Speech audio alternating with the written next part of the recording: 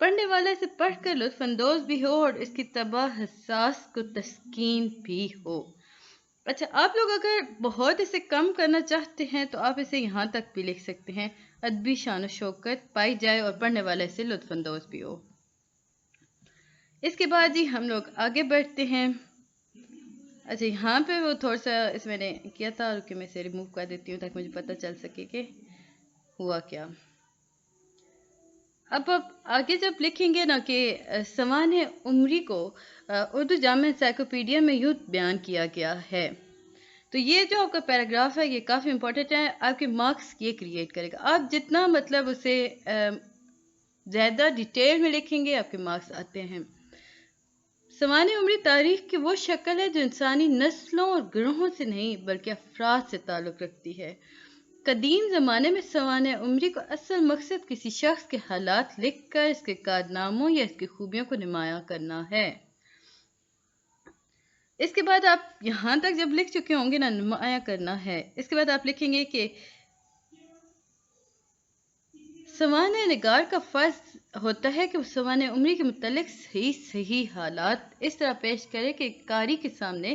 زندہ شخصیت کے روپ میں آ جائے۔ تو یہاں تک آپ لکھیں گے، یہ آپ کی جی ڈی پی کا سولوشن چل رہا ہے۔ اس کے بعد آپ سے کہا گیا تھا کہ آپ نے بتانا ہے کہ اس میں، کیونکہ میں اس ٹاپک تک پہنچتی ہوں تو بتاتی ہوں۔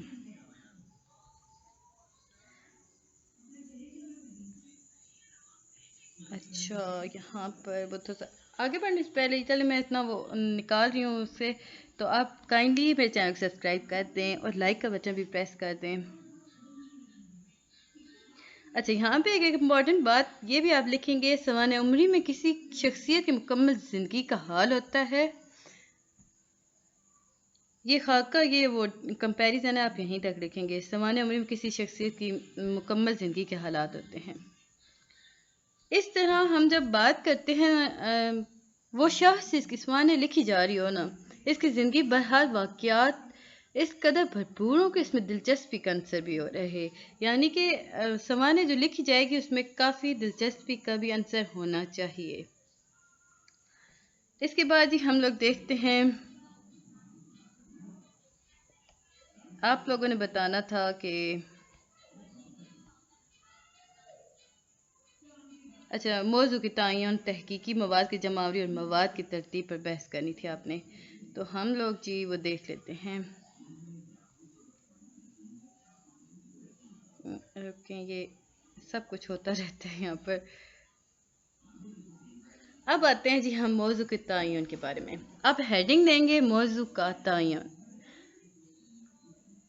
موضوع کا تعین کرتے وقت اچھا ایک اور بات، آپ لوگ کبھی بھی اردو میں مت لکھیے گا، یہ جو اردو ہمارے پاس بکس میں لکھی ہوئی ہے، کیونکہ آگے سرور آپ کے سر کے میم کے پاس ایس سر ہی آپ کے پڑھا رہے ہوتے ہیں، تو ان کے پاس ایس سرور نہیں ہوتا، تو وہاں پہ وہ کافی انکرپٹڈ آ جاتا ہے آپ کا میسیج، تو وہ ایشو کریٹ ہو جاتا ہے۔ موضوع کا تعین کرتے وقت ایک اور بات جو ہمیشہ ہمارے ذہن نشین ہونی چاہیے وہ یہ ہے کہ جس موضوع پر سوانح نگار آپ یہاں پہ لکھیں گے کرتے وقت ایک اور بات جو ہمیشہ سوانح نگار کے ذہن میں ہونی چاہیے وہ اس کے موضوع، جس موضوع پر وہ قلم اٹھا رہا ہے، جس پر وہ سوانح نگاری کرنے جا رہا ہے، یعنی کہ ممدوح جو تہ پایا اسے لکھنے والے سوانح نگار کا تعلق خاص ضرور ہو۔ اب تعلق خاص سے کیا مراد ہے؟ لفظی اعتبار سے ہم یوں کہیں گے کہ جس شخص سے اس کا دلی تعلق ہو، یعنی کہ جب آپ موضوع کا تعین کرتے ہیں سوانح نگار تو انہیں پتہ ہونا چاہیے کہ اس انسان کی زندگی میں کیا اتار چڑھاؤ آئے، اس کی زندگی میں کون سے ایسے واقعات رونما ہوئے، ہر وہ چیز جو اس کی زندگی میں چھوٹے چھوٹے جو اس کے واقعات ہیں وہ بھی آپ کو پتہ ہونے چاہیے، آپ کا تعلق ہونا چاہیے، تاکہ آپ ایک اچھی سی سوانح نگاری لکھ سکیں یا سوانح نگاری کر سکیں۔ اب وہی بات ہم آگے چل کے کہیں گے کہ موضوع کا تعلق جس پر آپ لکھنے جا رہے ہیں انتہائی ضروری ہے۔ اس کے بعد مواد کا مرحلہ آتا ہے، پھر آپ کے پاس کیونکہ آپ نے مواد بھی ڈسکس کرنا تھا نا، کہ آپ نے یہ تعین کر لیا کہ آپ کس شخصیت پر لکھنے جا رہے ہیں۔ اور یہاں امپورٹنٹ بات تھی کہ شخصیت کے لیے معروف ہونا ضروری نہیں، جس سے قاری دلچسپی قائم رہے، پھر اس کے بعد ہم نے یہ طے کر لیا کہ تعلق خاطر ہونا ضروری ہے، کہ تعلق کے خاص ہونا ضروری ہے، جس پر لکھا جا رہا ہے اس سے کم از کم روحانی تعلق ہو، یعنی موضوعاتی تعلق ہو، کم از کم دونوں کی دلچسپیاں ایک دوسرے سے ملتی جلتی ہوں۔ اگر دونوں کا زمانہ ایک ہو تو بہت ہی اچھی بات ہے۔ کیوں؟ کیونکہ اس صورت میں تجربات اور اس کے مشاہدات یا عادات پر روشنی ڈالنا ذرا آسان ہو جاتا ہے۔ لیکن اگر آپ کسی ایسے موضوع پر لکھنے جا رہے ہیں جو بہت قدیم دور سے تعلق رکھتا ہے، اب کیونکہ آپ نے شبلی کی سوانح عمری کے کرنا تھا تو ہم یہاں پہ ریفرنس دیں گے، جیسے شبلی کی تمام سوانح عمریاں جو ہیں وہ تاریخ اسلام کے ہیروز پر ہیں، ماضی کے لوگوں پر ہیں، جس سے ظاہر ہے کہ وہ کبھی ان سے ملے نہیں، ان سے 400-500 سال پہلے کے وہ لوگ ہیں، یا خاص طور پر جب ہم بات کرتے ہیں سیرت نبوی کی، نبی کے حوالے سے تو یہ شبلی نعمانی نے 20ویں صدی میں لکھی تھی، لیکن جب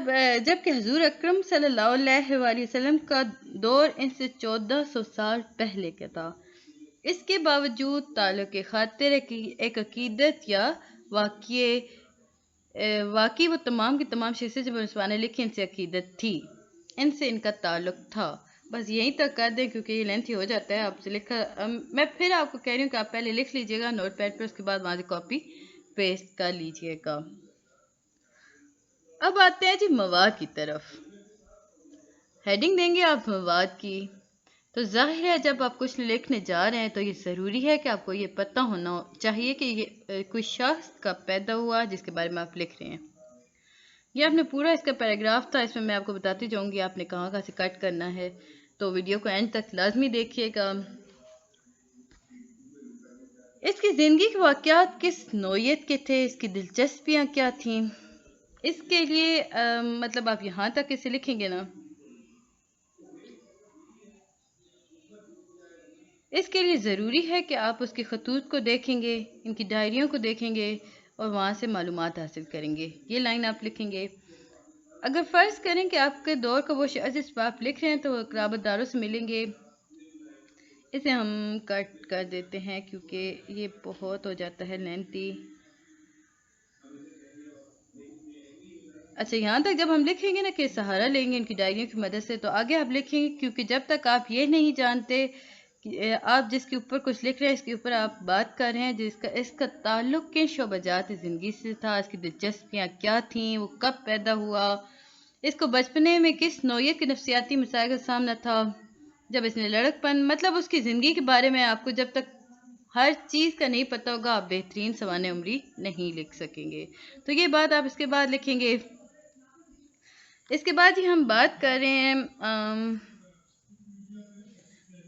سوانح مواد کے اندر آپ لکھیں گے کہ شروع سے لے کر آخر تک آپ کو اس کی ساری زندگی واقعات اگر نہیں مل سکتے نا، مطلب مشکل ہو جاتا ہے جب ہم ایڈ کر رہے ہوتے ہیں، تو آپ یہاں سے یہ لکھیں گے نہیں مل سکتے، آپ کو اس کی زندگی چند ایک واقعات ملیں گے، نہ تو میں اپنی زندگی کے یاد رکھ سکتا ہوں، نہ آپ یاد رکھ سکتے ہیں، بلکہ اسے کر دیتے ہیں اسکیپ کیونکہ ہم اوپر سے کٹ کر رہے ہیں، اوپر ہی اس کی ساری آ رہا تھا ایڈ کرنا۔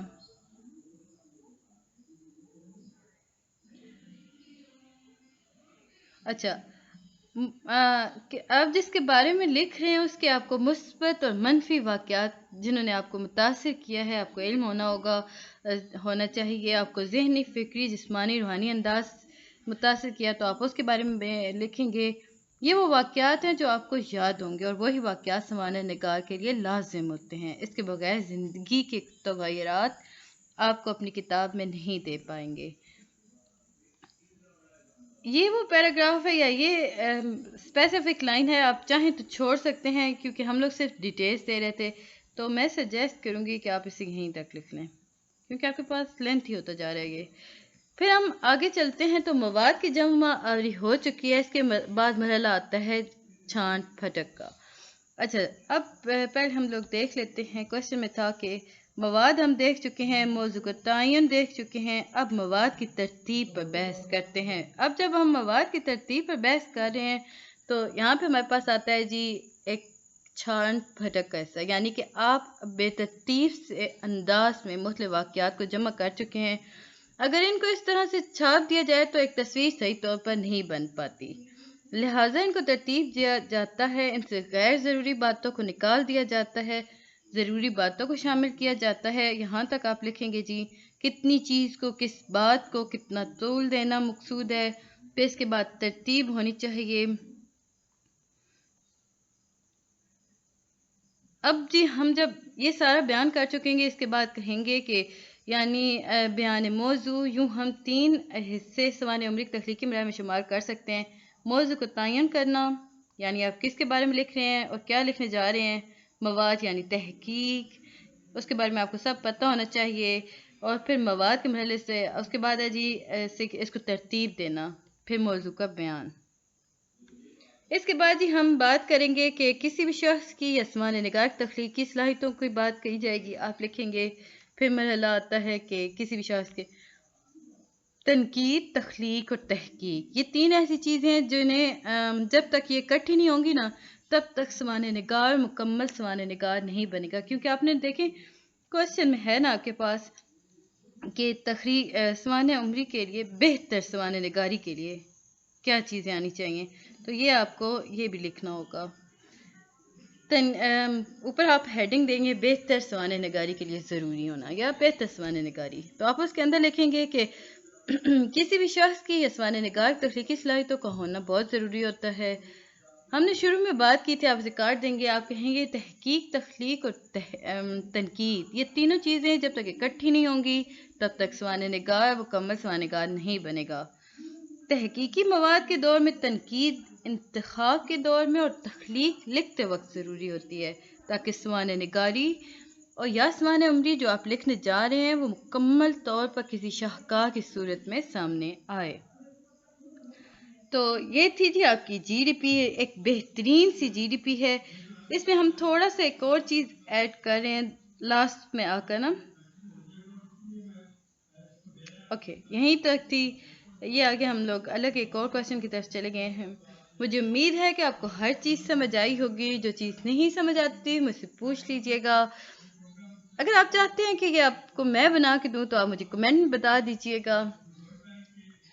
تو ملتے ہیں جی نیکسٹ ویڈیو میں، تب تک کے لیے اللہ حافظ۔